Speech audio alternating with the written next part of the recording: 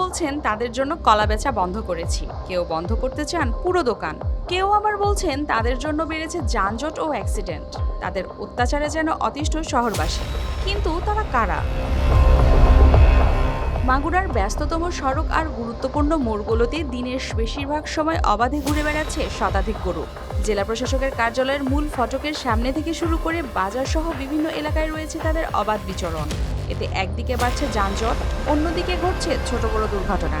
দীর্ঘদিনের এই সমস্যায় ক্ষোভ বাড়ছে শহরবাসীর। যে দোকান যদি কলা ধুলোই রাখি, অনেক সময় আমি দোকানে থাকি না, দেখি যে এসে গরুটি কলা খেয়ে ফেলাইছে। একমাত্র এই গরুর অত্যাচারের কারণে আমি আমার দোকানে কলা বেচা বাদ দিছি। আপনার এখান থেকে নিয়ে রাস্তায় খাওয়া শুরু করে, এবং যে দুরবস্থা আছে, মানে আমাদের ব্যবসা করে কষ্টকর হয়ে গেছে। রাস্তার মাঝে হঠাৎ গরু চলে আসে, অনেকে নিয়ন্ত্রণ হারিয়ে অ্যাক্সিডেন্টের শিকার হয়। জেলা প্রশাসন থেকে এর কোনো উদ্যোগ নেওয়া হয় প্রতিকারের জন্য, আমার মনে হয় খুব সহজেই এটা প্রতিকার হওয়া সম্ভব। স্থানীয়দের অভিযোগ, শহরের বিভিন্ন এলাকার খামারিরা গরুগুলোকে অবাধে ছেড়ে দেয়ায় স্কুল কলেজ ছুটি ও অফিস যাবার ব্যস্ত সময়ে পরিস্থিতি হয়ে ওঠে আরও ভয়াবহ। এছাড়াও বিভিন্ন স্থানে গরুর মলমূত্র পড়ে থাকায় শহরের পরিচ্ছন্নতাও হচ্ছে ব্যাহত।